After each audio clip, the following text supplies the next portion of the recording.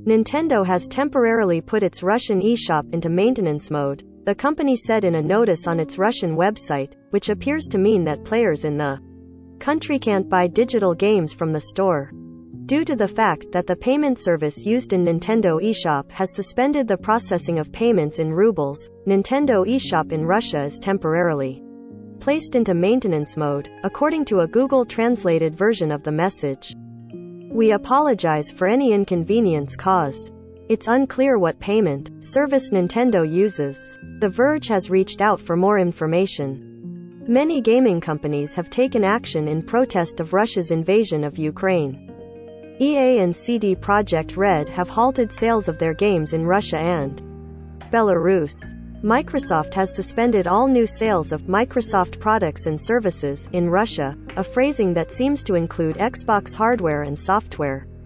And as reported by Eurogamer, Sony apparently has pulled Gran Turismo 7, a big title in its 2022 lineup, from sale in Russia. I couldn't find the game in a search on the Russian PlayStation Store. Sony hasn't yet replied to a request for comment.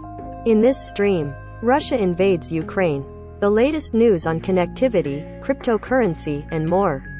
View all 52 stories.